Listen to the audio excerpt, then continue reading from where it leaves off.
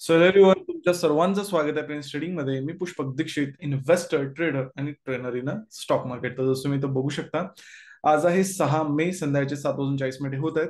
मित्रांनो, जर तुम्ही नवीन असाल आपल्या चॅनलवर तर सगळ्यात पहिला चॅनलला सबस्क्राईब करा, जेणेकरून जेव्हा पण मी व्हिडिओ अपलोड करेन तुम्हाला ऑटोमॅटिकली नोटिफिकेशन येऊन जाईल आणि हा सगळा कंटेंट तुम्ही हा बघू शकाल. जर तुम्ही अजून हे सगळे व्हिडिओ आपले बघितले नसाल तर जाऊन व्हिडिओज बघून घ्या.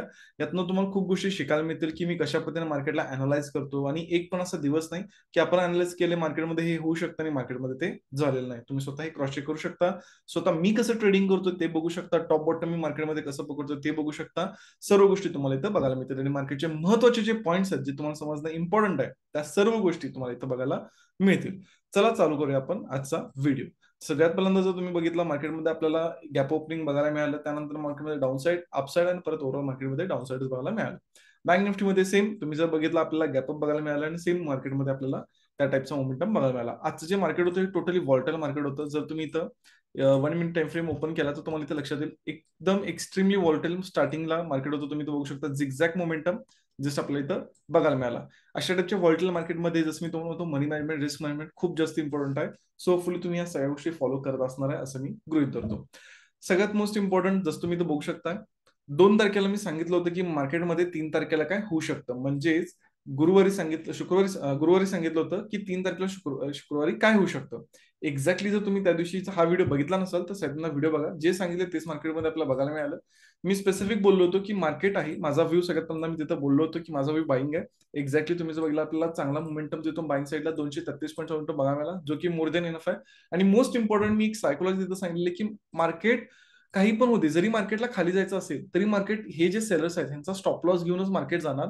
आणि तुम्ही जर बघितला, हे जे सेलर्स आहेत ह्यांचा मार्केटने एक्झॅक्टली तो स्टॉप लॉस घेतला आणि देन मार्केटनं सेलिंगचा मोमेंटम केला. मार्केटला इथनं पण सेलिंगला जाता येत होतं, बट मार्केटने आधी ह्यांचा स्टॉप लॉस घेतला, जो की मी तर स्पेसिफिक सांगितलं होतं. जाऊन तुम्ही हा व्हिडिओ बघू शकता, तुम्हाला त्यामध्ये क्लिअरली गोष्टी शिकायला मिळतील. आणि जर अनालिसिस हे आवडत असेल कमेंट करू शकता, जेणेकरून मी अशा पद्धतीचं अनालिसिस तुम्हाला कंटिन्यू प्रोव्हाइड करेन. चला जाणून घेऊया की ओव्हरऑल मार्केटमध्ये काय गोष्टी आहेत, कशा गोष्टी आहेत वन बाय वन. बट त्याच्या आधी जसं तुम्हाला माहिती आहे की मी पर्सनली कसं काम केलं, काय काम केलं, ते देखील आपण वन बाय वन जाणून घेऊया. तर जसं तुम्ही बघू शकता, आज मी पर्सनली 2 ट्रेड केली आणि दोन्हीमध्ये माझा असं एसएलईट झालेला आहे. आणि इथं मी पहिल्यांदा तुम्हाला आजचा दिवस दाखवतो. आज जो लॉस बुक केला तुम्ही इथं बघू शकता. आज आपण एक छोटासा लॉस इथं बुक केलाय.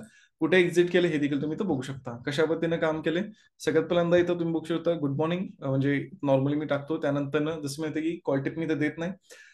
12 वाजून 30 मिनिटांनी तर पोझिशन मी इथं बनवली. एकूण 50,115 इथं तुम्ही बघू शकता. पॉईंट टू पॉईंट सगळ्या गोष्टी इथं तुम्हाला सगळ्या गोष्टी ह्या बघायला मिळतील. तुम्हाला सर्व गोष्टी इथं बघायला मिळतील. लाईव्ह मध्ये सगळ्या गोष्टी करतो. लॉस असू दे, प्रॉफिट असू दे, सर्व गोष्टी. मोस्ट इम्पॉर्टंट, जर तुम्ही एक डिफरन्स बघितला तर तुम्हाला लक्षात येईल 11-3 आणि 12-30. 11-3 जर मी इथं घ्यायला गेलो तर तुम्हाला इथं एक गोष्ट इथं ऑब्झर्व होईल. इथं बघा 11-3. सो थोडंसं मी वेट करत होतो ह्याचा हाय ब्रेक होण्यासाठी. जसं ह्याचा हाय ब्रेक झाला असता मी इथे एक सेल पोझिशन बनवलं होतं, बट इथं मार्केटमध्ये हाय ब्रेक झालाच नाही. मार्केटमध्ये हा माझा ऍक्च्युली इथं प्रॉपर सेलिंग ट्रेड होता जो मिस झाला. त्यामुळे नंतर मग मी इथं सेकंड अपॉर्च्युनिटी ग्रॅब करण्याचा प्रयत्न केला, but it's okay, part of the game. त्यानंतर जसं तुम्हाला माहिती आहे की 3 तारखेला मार्केटमध्ये मी कसं काम केलं ते पण आपण जाणून घेऊया. सो मी इथं 3 तारखेला बघतो, तिथं पण आपण तुम्ही जो बघितला लॉसेस बुक केलाय. तुम्ही इथं बघू शकता जे ट्रेड्स आहेत ते ट्रेड्स पण तुम्ही इथं बघितला, कुठे एक्झिट केले ते पण बघितले. सो या सर्व गोष्टी तुम्ही इथं बघू शकता. तुमच्या समोर आहेत ए टू सेट सर्व गोष्टी. आता एक गोष्ट जर बघितला त्याच्या आदल्या दिवशी म्हणजेच 2 तारखेला, तिथं बघितला तुम्ही, इथं पण मी लॉस बुक केला. सगळ्यात मोस्ट इम्पॉर्टंट मला तुम्हाला सगळ्यांना सांगायचं आहे, तुम्हाला मला ए टू झेड सगळ्या क्लिअर गोष्टी मांडायच्या आहेत. म्हणजे असं नाही की नुसता प्रॉफिट, मला तुम्हाला लॉस पण दाखवायचा आहे. तुम्ही आता 3 दिवसाचा माझा लॉस बघितला, तुम्ही आता 3 दिवसाचा माझा लॉस बघितला. आता जर तुम्ही इथं वर एकसारखं गेला आणि 1 तारखेच्या आधी 30 एप्रिलचा जो प्रॉफिट आहे तो बघितला, तुम्हाला एक लक्षात येईल, 3 लॉस एकत्र करून पण 3 लॉस एकत्र करून पण ह्याच्या 50% पण रक्कम होत नाही. 3 लॉस एकत्र करून पण ह्याच्या 50% पण रक्कम होत नाही. ट्रेडर्स, ही जी गोष्ट आहे ही तुम्हाला मार्केटमध्ये इतकी मोठी करणार ज्याची काही लिमिट नाही. आज म्हणजे मला तुम्हाला सांगायचं काय, आज तुमच्या समोर आहे हा प्रॉफिट आणि त्याच्यानंतर तुम्ही बघा, हा आहे पहिला लॉस, त्याच्यानंतर हा आहे दुसरा लॉस, हा आहे दुसरा लॉस तुम्ही इथं बघू शकता, आणि हा आहे तिसरा आजचा. 3 दिवस माझा सलग लॉस आहे. बट तुम्हीच बघा, मला काही फरक पडला आहे का? कसा पडेल? कारण जसं तुम्हाला माहिती की प्रॉफिट घेताना आपल्याला मोठे घ्यायचे आणि जेव्हा लॉस होतात तेव्हा छोटे द्यायचे. ही छोटी गोष्ट जरी तुम्ही तुमच्या ट्रेडिंगमध्ये इम्प्लिमेंट केली तुमच्या समोर रिझल्ट आहे. आणि ह्या सगळ्या गोष्टी मी लाईव्ह मार्केटमध्ये शेअर करतो. म्हणजे तुम्हाला शिकायला मिळतं की लॉसेस कसे कंट्रोल करायचे, कशा पद्धतीने कंट्रोल करायचे, आणि या सगळ्या गोष्टी लाईव्ह मार्केटमध्ये शिकायला मिळतात. जर तुम्हाला इंटरेस्ट असेल, तुम्हाला यामध्ये गोष्टी ट्रेडमध्ये आपल्याला जॉईन करायचं असेल, तर खाली दिलेल्या डिस्क्रिप्शन बॉक्समध्ये जो नंबर आहे त्याला कॉल किंवा व्हॉट्सअप करू शकता. सो ओव्हरऑल मी तुम्हाला सगळ्या गोष्टी सांगितल्या. आणि एक लक्षात ठेवा, लॉस व्हायला याचा अर्थ असा नाही की आपल्याला सेटअप बदलायचा आहे. आपल्या सेटअपवर आपल्याला कंटिन्यू राहायचं आहे.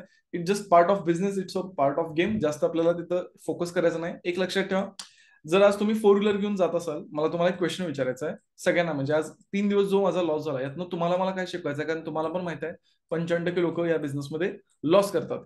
तर आज ज्यांना लॉस व्हायला लागला त्यांना एक बेसिक उदाहरण देतो. आज माझा 3 दिवस लॉस झाला, तर माझा माइंडसेट काय किंवा तुमचा माइंडसेट कसा असला पाहिजे.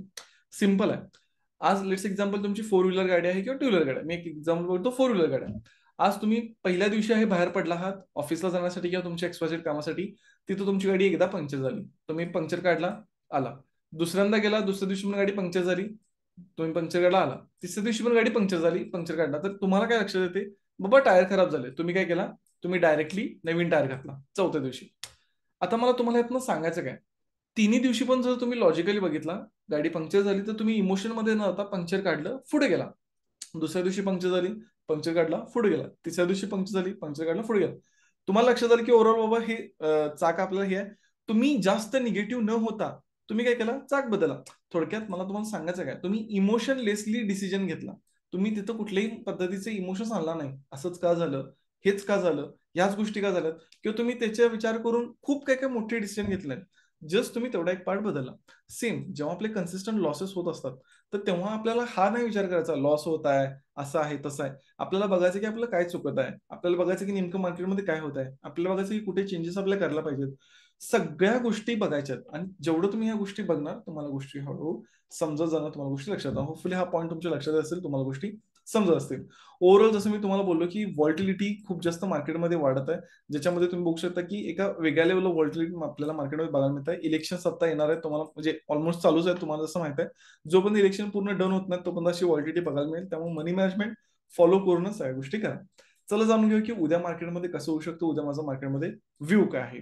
ट्रेडर्स, या सगळ्या गोष्टी तुम्हाला समजत असतील, पॉईंट्स आवडत असतील, तर नक्की तुम्ही मला कमेंट करा विसरू नका. लाईक करा, मॅक्सिमम लोकांना शेअर करायला पण विसरू नका. उद्या जो माझा मार्केटचा व्ह्यू आहे, उद्या जो मार्केटला मी बघत आहे तो आहे अप्पर साईडला. माझा व्ह्यू आहे ऍज पर चार्ट बाईंग साईडचा. उद्या मार्केटमध्ये एक बाईंग मोमेंट आपल्याला बघायला मिळू शकतो. मी बाईंगला का बघत आहे, ओव्हरऑल मी मार्केटला बाईंगलाच का बघत आहे, कशा पद्धतीने माझा तो व्ह्यू बनलेला आहे. ओव्हरऑल जर तुम्ही इथं बघितला, तुम्हाला एक गोष्ट लक्षात येईल. इथं जर तुम्ही व्यवस्थित बघितला, हे जे बायर्स होते, इथले जे बायर्स होते, इथल्या बायर्सना ऑलरेडी मार्केटनं बाहेर काढलं. बट हे जे बायर्स होते मार्केटमध्ये, त्यांना मार्केटनं ऑलमोस्ट बाहेर काढलेलं आहे. जर तुम्ही इथं बघितलं, इथं तुम्ही फिबोनाची जरी ही केला, तर तुमच्या लक्षात येईल की इथं आता कुठलेच बायर्स राहिलेले नाही. आता जर बघितलं, हे जे सेलर्स आहेत, तर मार्केटमध्ये आता प्रेझेंटमध्ये हे सेलर्स आहेत, जे की हे आहेत. त्याच्यानंतर तुम्ही जर बघितलं हे आहेत, आणि त्यानंतर जर बघितलं त्यानंतर हे आहेत. सो उद्या मार्केट ह्या 3 सेलर्सना टार्गेट करू शकतं. ह्यांना टार्गेट करणं थोडं अवघड आहे, ह्या सेलरला टार्गेट करणं खूप अवघड आहे, कारण हा थोडंसं जास्त पॉवरफुल सेलर आहे, तुम्ही करू शकता. बट हे जे सेलर्स आहेत ह्यांना मार्केट टार्गेट करू शकतं. ऍटलीस्ट 49,200 मार्केट जाऊन त्यानंतर मग मार्केट डाऊन साईडचा मोमेंटम करू शकतो. बट ऍटलीस्ट एक रिट्रेसमेंट येऊ शकते. सो हे मेन पहिलं लॉजिक आहे माझं, की मार्केटमध्ये तुम्ही ना टार्गेट करावे. प्लस जर तुम्ही तो ऑप्शन चेन बघितला, बँक निफ्टीमध्ये आपली 8 तारखेची एक्सपायरी, त्यामध्ये जर बघितला, तुमच्या लक्षात येईल की मार्केटमध्ये जे सी सेलिंग झालेलं आहे एका वेगळ्या लेवलला चालू आहे. तुम्ही तो बघू शकता. हा जो ऍट द मनी आहे 48,900, इथं तुम्ही बघितला. त्यानंतर 49,000, तुमच्या इथे लक्षात येईल की 1,47,000, म्हणजे मोठ्या प्रमाणात ओपन इंटरेस्ट आपल्याला इथे अवेलेबल बघायला मिळत आहे. प्रीमियम पण कसे हे नाहीत, 100, 84 मोर देन इनफ आहे त्यांना. ₹50 प्रीमियम पण मोर देन इनफ आहे, 32चा पण मोर देन इनफ आहे, जर तुम्ही बघितला मोठे जे ऑप्शन सेल असतात त्यांना. आणि त्यांनी चांगल्या पद्धतीने तो ऑप्शन सेलिंग करत आहेत.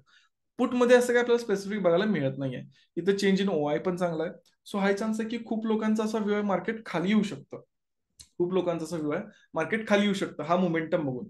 त्यामुळे माझा असं व्ह्यू आहे की ऍटलीस्ट मार्केट यांना एकदा टार्गेट करणार, अशा व्ह्यूने मी मार्केटमध्ये उद्या मार्केटला बाईंग साईडला बघत आहे. प्लस अजून काय रिझन आहे की मी मार्केटमध्ये बाईंग साईडलाच बघत आहे. जर तुम्ही एक व्यवस्थित ऑब्झर्व केला तर तुमच्या एक गोष्ट लक्षात येईल.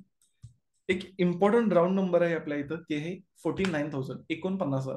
हा जो एक इम्पॉर्टंट राऊंड नंबर आहे, ह्याच्या खाली मार्केटनं क्लोज दिले, आणि तुम्ही जर बघितला एक्झॅक्टली इथंच मार्केटनं रिजेक्शन घेतलंय. जर तुम्ही इथं ऑब्झर्व करा, ज्यांनी ज्यांनी इथं सेल केलं असणार आहे, ज्यांनी ज्यांनी इथं सेल केलं असणार आहे, त्या सगळ्यांनी त्यांची पोझिशन होल्ड केली असणार आहे. ह्या रिजेक्शन मध्ये पण होल्ड केलं असणार की नाही बाबा आता मार्केटमध्ये त्यांनी स्ट्रॉंग आहेत. तर त्यामुळे ज्यांनी ज्यांनी हे सेलर्स इथं होल्ड आहेत त्यांना मार्केट एकदा टार्गेट करायला मार्केट अप्पर साईडचा मोमेंटम करू शकतं. अशा पद्धतीने मार्केटला मी बघत आहे. सो होपफुली तुमच्या लक्षात आलं असेल की मार्केटला बाईंगला का बघत आहे. जर उद्या मार्केट आपल्याला फ्लॅट बघायला मिळालं तर आपल्याला डायरेक्ट इथं बाईंग साईडला आपण मार्केटमध्ये मोमेंटम करू शकतो. जर मार्केट उद्या आपल्याला गॅपअप बघायला मिळालं, डायरेक्टली आपल्याला गॅपअप बघायला मिळालं, तर मी थोडंसं एक सेलिंग एक्सपेक्टेड करतोय आणि त्यानंतर मग मार्केटमध्ये आपल्याला परत एकदा बाईंग बघायला मिळू शकतं. मात्र जर गॅपडाऊन बघायला मिळालं तर थोडेसे इथं चेंजेस होतील. चेंजेस मग गॅपडाऊन असू दे किंवा मार्केट डायरेक्टली जाऊ दे. 48,720 ही खूप जास्त इम्पॉर्टंट लेवल आहे. जर मार्केट गॅपडाऊन होऊन किंवा डायरेक्टली असं खाली किंवा कसंही 48,720च्या खाली जर मार्केट जाईल तर माझा टोटल जो व्ह्यू होणार तो सेलिंग साईडला होणार. त्याच्यामागे रिझन असं की मग आता ह्या सेलर्सना आपण प्रॅक्टिकली टार्गेट नाही करू शकत की अजून मार्केट वर जाऊ शकतं. मग ते हे जे सेलर्स आहेत, हे जे सेलर्स आहेत, हे जे सेलर्स आहेत ते खूप जास्त स्ट्रॉंग होणार. हे जे सेलर्स आहेत ते खूप जास्त स्ट्रॉंग होणार. त्यामुळे 720च्या खाली जर एकदा मार्केट गेलं तर मग मी टोटली मार्केटमध्ये सेलिंग साईडला बघणार आणि मग आपल्याला एक चांगला मोमेंटम डाऊन साईडला पण इथनं बघायला मिळू शकतो. सो फुल तुमच्या लक्षात येत असेल की उद्या कशा प्रकारे काम करायचं आहे. यातनं खूप गोष्टी तुम्हाला शिकायला पण मिळाल्या असतील तर कमेंट करू शकता. Thanks for watching. आपण भेटू नेक्स्ट व्हिडिओला.